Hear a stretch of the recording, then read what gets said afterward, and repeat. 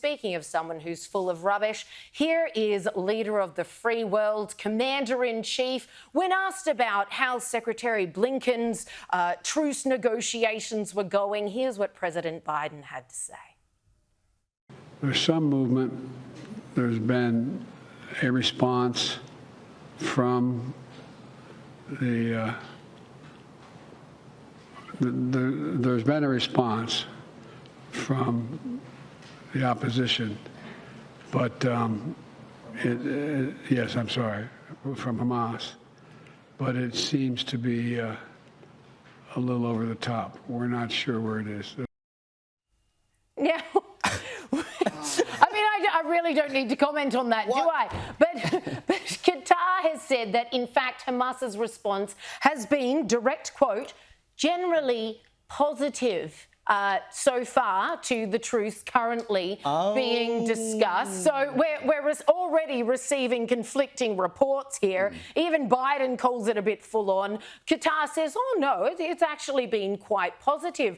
I can't imagine what is in this truce, given Hamas has already said their terms of any deal is a definitive end to the war, and Israel's definitive line of any truce whatsoever is give our hostages back and Hamas goes bye-bye forever. So I just can't see this working. Hamas want more than just an end to the war. They want Gaza completely rebuilt with them still there. They want the blockade with the Egyptian border ended, presumably so they can get more weapons in.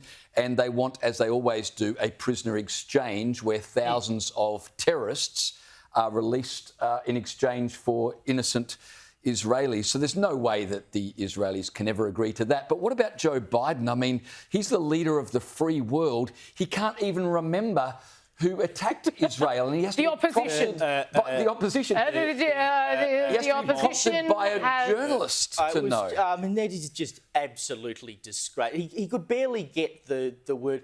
There's what is it? A response. We got a response from the opposite. I mean, it's just insane to think that this bloke is still president of the United States. But there is no way you can achieve a genuine truce, ceasefire, whatever you want to call it, with Hamas, because it infers, it gives legitimacy to Hamas that they are a legitimate power in Gaza. But, I mean, there's not a person on the face of the planet who would not like to see an end to this war. But the reality is that if you go into a ceasefire... I think there is, but... Well, apart from Hamas, yes. But the reality is that if you go into a ceasefire that involves Hamas remaining in Gaza, that's a temporary ceasefire, because the day will come again when they decide they've got enough weapons and they've said they'll do whatever, it 1,000 times over. And they will come back and they will do it again. You're not achieving anything whatsoever. The fact that the US is interfering, Qatar is interfering, and that, what was the quote? It's generally positive. Generally positive is that response not the best, from Hamas? the best spin you've ever heard? You know, accentuate the positive, eliminate the negative. Really? Are we to believe this? If you go back to the Australian Greens, they're asking for a ceasefire with terrorists. On what planet do you do that? And was it was Bant who said that there is nothing more important than achieving this ceasefire? Nothing, literally nothing on earth more important than achieving this ceasefire. Well, if you seriously believe that, Mr. Bant, you should support the elimination of Hamas, because that will not only mean that never will there be another war with Hamas again, there just won't be another war. You've got to do something to take control of the land. If you leave Hamas there, you're simply asking for it to happen again. Liz, you talked about, the snakes who pretend to be Israel's friend. Well, one true friend of Israel is Argentina. Their new president visited yesterday, a 3-day trip. And get this, Penny Wong, when she went to Israel, she brought them nothing other than words. But the Argentinian president, he says they will move their embassy to Jerusalem. Not only that, but he's demanding release of all the hostages rather than a ceasefire. And unlike our Penny Wong, he actually is going to visit those sites where the atrocities occurred. Funnily enough, Hamas reacted to Argentina's decision to move their embassy to Jerusalem.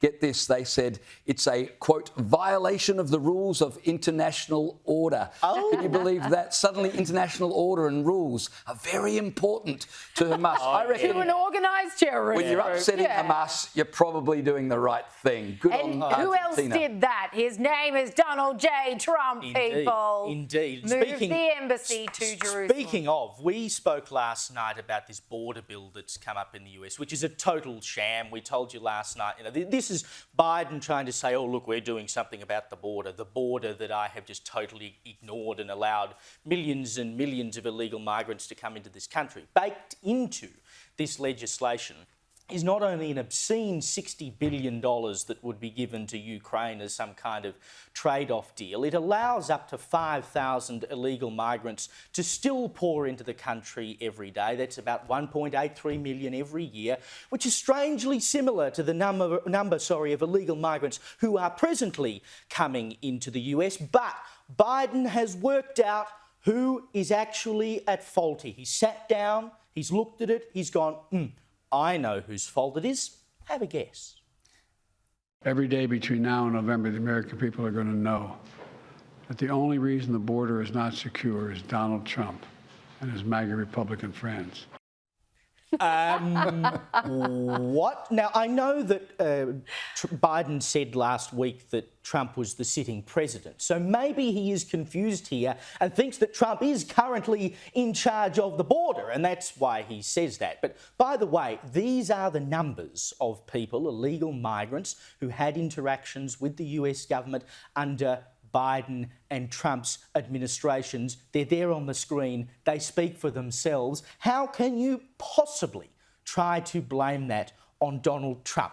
It's just the most bizarre argument I've ever heard. The man who said, build the wall, it's his fault. It's his fault that we have so many migrants coming into the country, under my administration. Well, I mean, who was it who said, if you're going to tell a lie, tell a big one and repeat it constantly? Clearly, Biden's taken that advice. But you know, the other thing I thought when watching that clip is put that beside the earlier clip of Biden we showed where he can't remember the name of Hamas, he's stumbling, but as soon as he starts to tell a lie, he becomes incredibly eloquent.